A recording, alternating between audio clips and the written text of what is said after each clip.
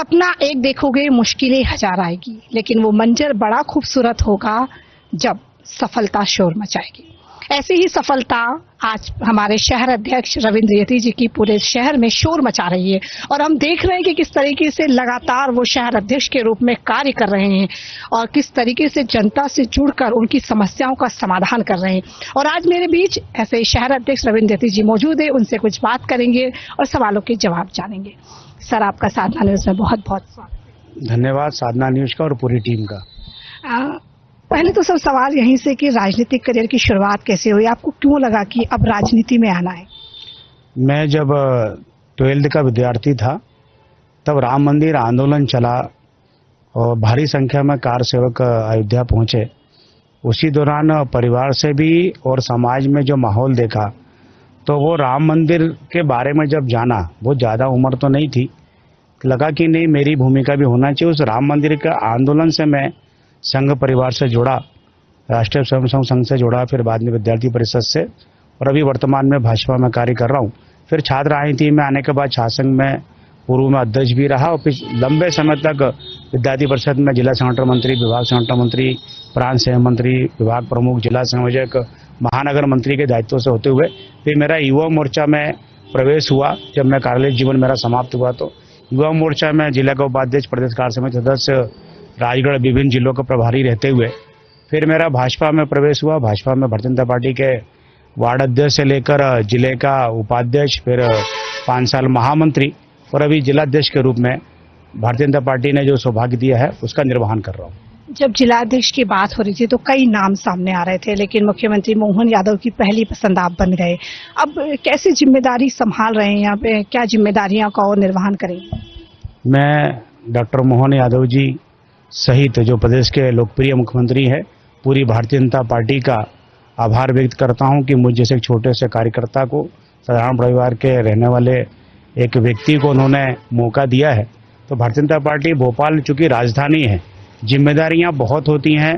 प्रतिदिन एक नहीं 4-4, 5-5 बड़े आयोजन होते हैं और लगभग एक दिन गैप करके तो बहुत बड़े बड़े आयोजन होते हैं, जिसमें माननीय मुख्यमंत्री जी, प्रदेश अध्यक्ष और संगठन महामंत्री सहित हमारे मंत्री, विधायक और पूरी जनता का समावेश होता। अभी आपने देखा होगा कि भी माननीय प्रदेश जी का स्वागत भी बड़ा धुआंधार हुआ अल्प समय में। तो लगातार भारतीय जनता पार्टी का लगातार कार्य चलता रहता है। उसी में भाजपा में संगठन भाजपा का बहुत मजबूत है। 5,75,000 से अधिक भाजपा के यहाँ पर सदस्य हैं, 2400 से अधिक सक्रिय सदस्य हैं, 31 मंडल है, 85 वार्ड हैं, 1600 बूथ हैं। उन बूथ स्तर पर भारतीय जनता पार्टी भोपाल में कार्य कर रही है। मेरा लक्ष्य है कि हम पन्ना तक पहुंचेंगे और साथ ही दो विधानसभा हम हारे हैं, उन 2 विधानसभा का जीतना का लक्ष्य मेरा और मेरी पार्टी के कार्यकर्ताओं नेताओं का रहेगा, जिसमें मध्य और उत्तर है। तो अगली बार 6 की 6 विधानसभा भारतीय जनता पार्टी जीते, यही मेरा लक्ष्य है। भोपाल शहर की बात करें तो बारिश का मौसम है, कई जगह ड्रेनेज की समस्याएं भी है, कई ट्रैफिक की समस्याएं भी लगातार देखने को मिलती है। कैसे रणनीति बना रहे हैं, अब इस पर कैसे काम करेंगे? देखिए, भोपाल में चाहे जल भराव हो, चाहे नालों की सफाई का मामला हो, चाहे सीवेज सिस्टम हो, चाहे जल सिस्टम हो, इन सारे व्यवस्थाओं को लेकर भोपाल के सम्मानित सांसद, सम्मानित विधायकगण, माननीय महापौर जी सहित, चूंकि मैं भी एक MIC का सदस्य हूँ, उस नाते लगातार अधिकारियों से संपर्क संवाद, उनसे मीटिंग करना। आप कभी न्यूज़पेपरों में देखेंगे या समाचार न्यूज़ों में तो आपको हमारे जनप्रतिनिधि रोडों पर उतरे हुए दिख रहे हैं। भोपाल में एक अच्छी बात है कि बहुत ज़्यादा बाढ़ की स्थिति नहीं रहती है, लेकिन जब अति वर्षा होती है तो कहीं कहीं जल भराव होता है। उसको लेकर ड्रेनेज सिस्टम की और नालों की चैनलिंग की सिस्टम और नालों की सफाई और जो रोडों की सफाई और नालियों की सफाई, ये निरंतर नगर निगम और लोकल प्रशासन इस कार्य को कर रहा है। युवाओं को भारतीय जनता पार्टी से सर बहुत सारी उम्मीदें हैं और लगातार युवा उस उम्मीद भरी योजनाओं से देख भी रहा है। अब रोजगार के नए अवसर तलाशने के लिए पार्टी क्या कुछ कर रही है? देखिए, आपने बहुत अच्छा विषय रखा है। युवा भारतीय जनता पार्टी और संघ परिवार की तरफ आशा भरी निगाहों से दिखता है। पूरे देश में अगर जो सदस्य बने भाजपा के, उसमें 60% से ज्यादा तो हमारे यूथ हैं। वो कहीं ना कहीं हमारी विचारधारा को बहुत स्वीकार करते हैं। वो तो हमारी जो माननीय नरेंद्र मोदी जी की और माननीय डॉक्टर मोहन यादव की जो योजना है, चाहे वो क्या कहते हैं मेक इन इंडिया का मामला हो, चाहे अभी GIS हुआ था माननीय मुख्यमंत्री जी के अगुवाई में, पूरे देश में हमारा स्थान भोपाल में जो पहली बार हुआ, और उसमें उद्योग धंधों का मामला हो या अन्य छोटे रोजगारों का मामला हो, चाहे रेहड़ी, मोदी जी की रेहड़ी योजना हो, चाहे मुद्रा योजना हो, हमारे प्रधानमंत्री से लेकर मुख्यमंत्री तक की युवाओं के रोजगार को लेकर योजनाएं बहुत हैं। नगर निगम में हाकर की योजना हो, अभी बैटरी साइकिल मिलने वाली है। कहीं ना कहीं रोजगार से युवा जुड़े, बेरोजगार ना बैठे, आत्मनिर्भर बने, यही हमारा ध्येय। हाँ, कांग्रेस एक बड़ा गंभीर आरोप लगाती कि एक तो परिवारवाद की राजनीति कर रहे हैं और अभी जीतू पटवारी आज एक महाआंदोलन करने के लिए अशोकनगर पहुंच गए सर। और इस तरीके की आरोप से क्या भारतीय जनता पार्टी को वाकई कोई बड़ा फर्क पड़ता है, क्योंकि बहुत सारे आरोप लगाए गए हैं। आपने परिवार वाली बात कही, जैसे देश के प्रधानमंत्री नरेंद्र मोदी जी भाजपा से हैं, उनके परिवार में कोई भाजपा में नहीं था। पूर्व में मुख्यमंत्री डॉक्टर मोहन यादव जी की बात करें या किसी की भी बात करें तो कोई भी हमारे यहाँ परिवारवाद नहीं है, यही तो मोदी जी कहते हैं। बाकी अगर देखें तो जब से नेहरू जी से लेकर फिर इंदिरा गांधी से लेकर राजीव गांधी से लेकर राहुल गांधी, प्रियंका गांधी, अब उनके बच्चे भी राजनीति में आने वाले हैं। प्रदेश में भी देखें तो दिग्विजय सिंह तो उनके पुत्र, कमलनाथ जी तो उनके पुत्र। हमारे यहाँ ऐसा नहीं है, परिवारवाद तो भारतीय जनता पार्टी में नहीं है, इसलिए वो लोग आरोप लगाते हैं और वो रूम में बैठकर आरोप लगाने का धंधा करते हैं, काम करते हैं। उसके अलावा उनके पास कोई जनता उनके साथ हो, युवा उनके साथ हो, ऐसा कुछ भी नहीं। नवनिर्वाचित प्रदेश अध्यक्ष के लिए आपने जो बड़ा स्वागत रखा था, हमने देखा कि भारी संख्या में भीड़ आई थी। शहर अध्यक्ष की बड़ी जिम्मेदारियां भी होती है। अब प्रदेश अध्यक्ष को कैसे देख रहे हैं, क्योंकि हेमंत खंडेलवाल कैसे काम करेंगे, आप उनके साथ कैसे समन्वय के साथ काम? देखिए, वो हमारे आदरणीय है और बहुत जमीनी कार्यकर्ता है, बहुत ही ज्यादा जमीनी है।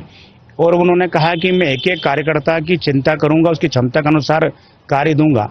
हेमंत खंडेलवाल जी के प्रदेश अध्यक्ष बनते से ही एक पूरे मध्य प्रदेश के कार्यकर्ताओं में ऑटोमेटिक उनके बारे में जानते ही थे, उनको नजदीक से देखा ही था। लो प्रोफाइल नेता है, जमीनी नेता है। और वो भारतीय जनता पार्टी, उन्होंने कहा कि भाजपा आगे, उसके बाद में तो कहीं ना कहीं उनके बनने से, हेमंत जी के बनने से छोटे से बड़े कार्यकर्ता तक भारी खुश हैं। उनकी कार्यपद्धति को लेकर उनसे बहुत उम्मीदें हैं और वो मेरे ख्याल से वो इतने बड़े नेता हैं कि निश्चित तौर पर भारतीय जनता पार्टी बहुत ज्यादा ही आगे बढ़ेगी उनके नेतृत्व में। भोपाल से जुड़ी अगर बात की जाए तो हम किन योजनाओं को सामने लाना चाहेंगे और कौन सी योजनाएं जो यूथ के लिए, महिलाओं के लिए, महिला सशक्तिकरण के लिए आप लाने के ट्राई कर रहे हैं? देखिए, हमारी जो प्रदेश सरकार है, चाहे लाडली बहनों हो, चाहे लाडली लक्ष्मा हो, चाहे हमारी बहनों को साइकिल जो इस विद्यार्थी हैं, चाहे अभी माननीय मुख्यमंत्री जी ने अभी मिनटों हाल में लैपटॉप वाला 25,000 रुपये पर खाते में भेजा और करोड़ों छात्रों को भेजा, ऐसे करके लाखों छात्रों को भेजा। ऐसे करके कहीं ना कहीं हर विद्यार्थी खूब पढ़े, खूब आगे बढ़े और यूथ होने के बाद राष्ट्र के लिए कार्य कर रहे। भारतीय जनता पार्टी की सारी योजनाएं लगभग हैं, तो उसमें ज्यादातर महिलाओं के लिए, बहनों के लिए। आज हम वोट प्रतिशत भी देखते हैं, चाहे उज्ज्वला योजना हो, चाहे प्रधानमंत्री आवास योजना हो, चाहे मुद्रा योजना हो, चाहे रेडियो, उसमें हमारी बहनों को भी काफी मात्रा में लाभ देखने को मिलता है। और आप कहीं भी देखेंगे तो मुझे तो लगता है कि अगर 100 बहनें वोट डाले निकलती हैं तो उसमें से 94 तो भाजपा को देती हैं और बाकी बचे हुए 6 में अन्य दलों को वोट देती हैं। तो इस तरह से माहौल लगता है कि मोदी जी का मामला या डॉक्टर मोहन यादव जी का मामला है, महिलाओं को लेकर अच्छी योजनाएं है। कैसे इतनी बिजी रहते हैं आप, आपकी लाइफ इतनी बिजी, हम लगातार देख रहे हैं कि भारतीय जनता पार्टी के लगातार प्रोग्राम्स चल रहे हैं। ऐसे में अपने गांव की जड़ों से कैसे जुड़े रहते हैं, क्या कभी पहुंचना होता है? जी बिल्कुल। मेरा जो जन्म स्थान है वो तो भोपाल है, लेकिन जो पैतृक स्थान है वो बलिया है। साल में लगभग 3-4 बार जाना वहाँ उस मातृभूमि पर होता है। और वहाँ पे अभी भी चाचा और पूरा हमारी ज्वाइंट फैमिली है, संयुक्त परिवार है, खेती बाड़ी भी वहाँ पे अभी होती है, तो लगातार गांव आना जाना होता है। और गांव में ही गांधी जी ने कहा कि गांव में ही भारत बसता है। तो जब मैं गांव में जाता हूं तो वहाँ पे जो आत्मीय सुख मिलता है और जो रिश्ते नाते मिलते हैं, तो निश्चित तौर पर एक उनका आशीर्वाद भी मिलता है, उनका स्नेह भी मिलता है। गंगा नदी किनारे गांव है तो जाने पर बहुत अच्छा लगता है।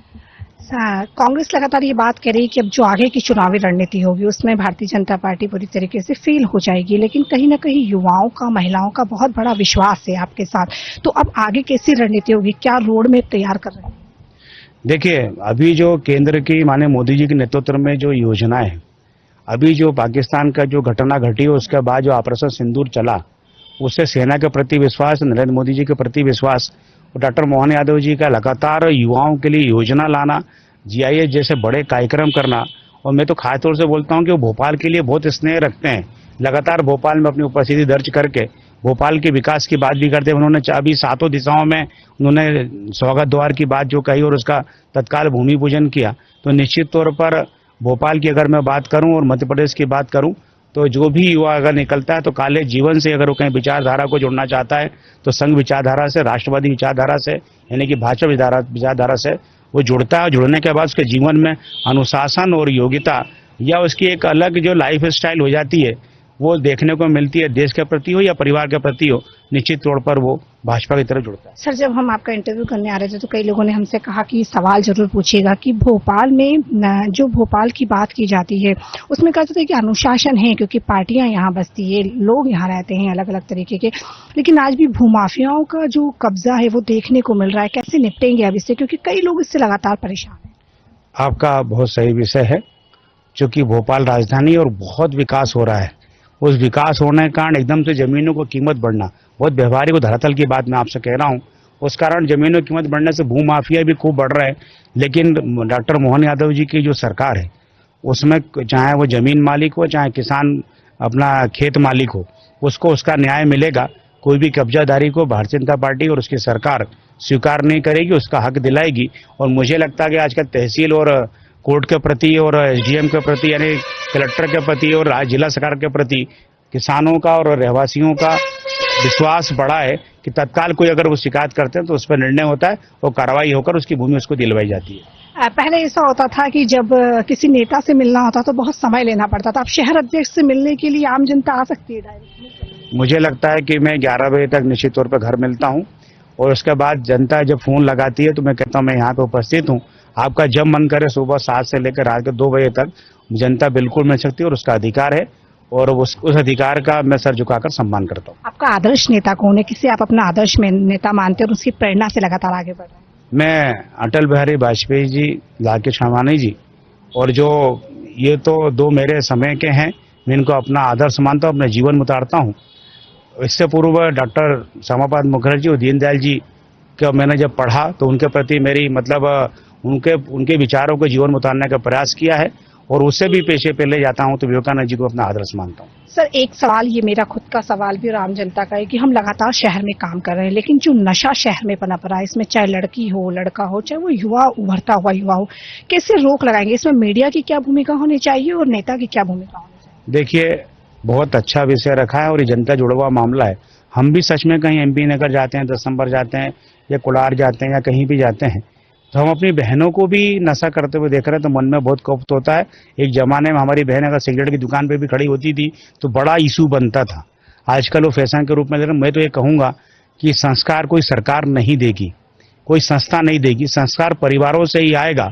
मेरे उन माता पिताओं से भी आग्रह है कि अपने बच्चों पर काक दृष्टि रखें, चाहे बेटा हो चाहे बेटी हो। ये नहीं कि बेटा है तो माफ है, दोनों से क्वेश्चन करना चाहिए कि अभी तक तुम कहाँ थे, किससे मिले। और निश्चित तौर पर अगर नशे की तरफ जाएंगे तो आज पंजाब परेशान है, वहाँ पार्टी की सरकार है, कुछ कार्य नहीं कर रही है, लेकिन यहाँ भाजपा की सरकार है।